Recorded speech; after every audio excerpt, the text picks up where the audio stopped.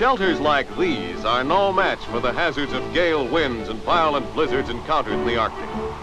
But the Igloo takes conditions like these in its stride.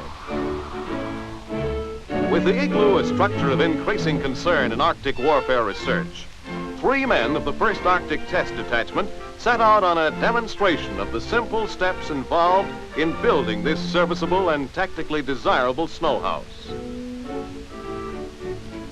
Only a particular kind of snow, wind-driven and of uniform consistency, can be used for igloos. And if it is unavailable, it's useless to build one. Knife tests reveal whether or not the drift is of the hard-packed consistency that is the only kind suitable for building an igloo. This snow is eminently suitable. So a rectangle is traced and the snow chopped up to make digging possible.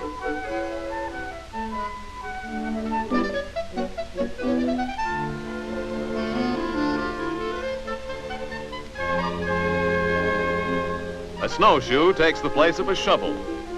With more elaborate equipment, work can be speeded up, but 3 men using merely this equipment can build one of these far north shelters in about 3 hours. With a 2-foot pit scooped out, the most delicate operation of Operation Igloo gets underway. Cutting the blocks of snow requires care and patience. In spite of the solid texture of hard-packed Arctic snow, the blocks will crack if too great pressure is applied. For best results, the block should be about 5 inches thick, 30 by 17 inches.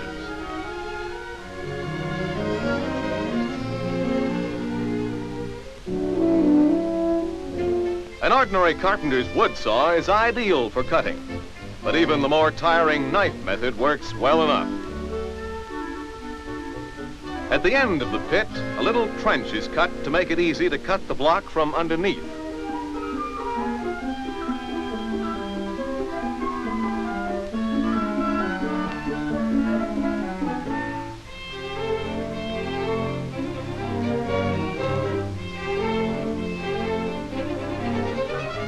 Then the block is freed at the top. According to their size and the density of the snow, blocks weigh anywhere from 35 to 50 pounds. Careful handling is always a #1 consideration. Though the blocks are remarkably strong, they may break when held in certain positions and jerked suddenly. Blocks are trimmed down into symmetrical slabs to aid in solid construction. There's a common misconception that igloos are made of ice. Nothing to it. Sometimes the going gets a little rugged. On occasions like this, a derrick wouldn't be unwelcome.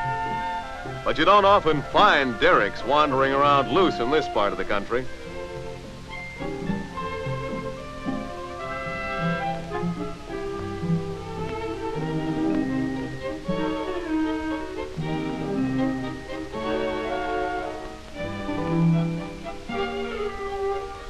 While one of the men continues to trim the slabs cut by the man in the pit, our 3rd man finds another spot to cut out still more blocks and thus speed up the construction job. Days are short in the Arctic, no daylight to waste. Back at the main site of operations, work has moved ahead. The pit from which the blocks come will later serve as the interior of the completed igloo. A T-shaped cellar begins to emerge.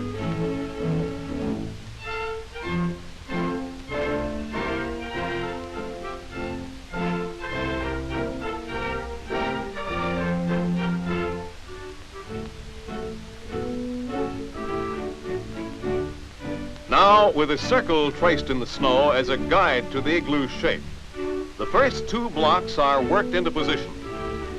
The entire construction of an igloo is based on the principle of the Roman arch. Blocks are trimmed so that they fit against each other at an angle. One block leans against another so that they give each other support.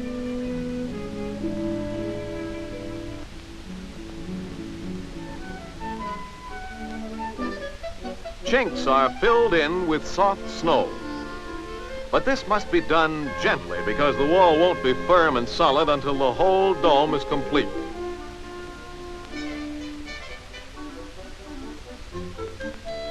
With the first row completed, a new technique comes into play. Several feet from where the igloo's door is to be, several blocks are sliced down diagonally, creating a triangular-shaped niche.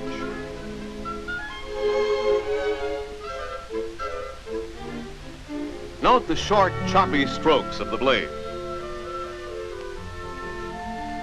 The blocks to be fitted in for the second tier thus rise in a spiral.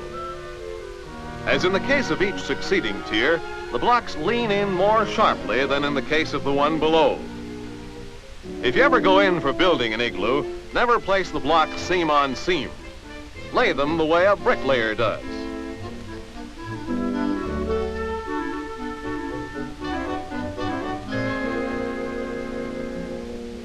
There's no change in method from here on. And if the blocks are carefully set and the snow is of passable quality, there'll be no trouble with a cave-in.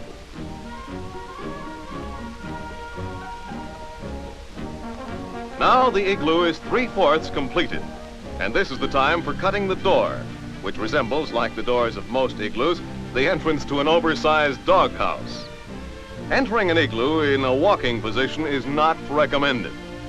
Inside, one of the men adjusts the blocks that will complete the dome.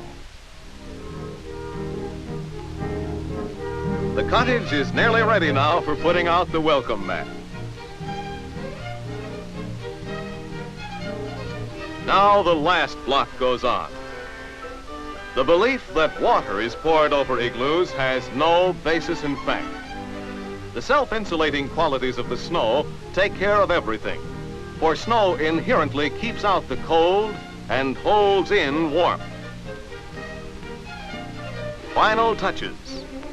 In a little less than 3 hours, a country place of their own. The cost of materials, just like the weather, is zero. It's not only a first-rate and comfortable shelter, but a shelter that will still be here the next morning.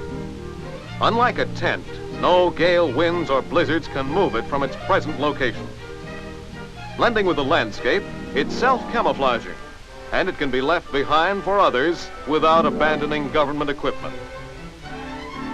One of the men leaves a block outside, which, if necessary, serves as a door. But with the door open and a small hole cut in the dome, ventilation and temperature inside can be regulated. Just 3 knives and 3 hours' work. Know a faster way to build a house? And with the place inhabited, it soon warms up even with the door open. There's plenty of light, too. The dome of snow resembles a huge cluster of diamonds, with each facet reflecting light. A candle after dark creates plenty of illumination.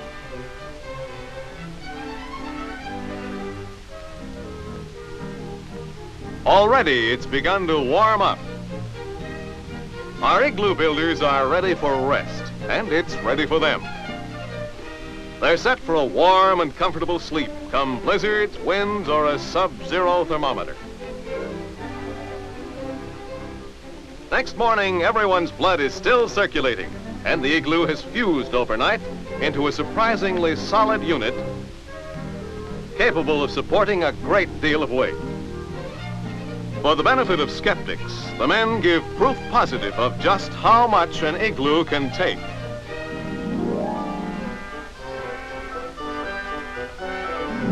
With today's emphasis on the polar regions, the art of constructing an igloo may be a very good thing to know if you ever find yourself in the Arctic.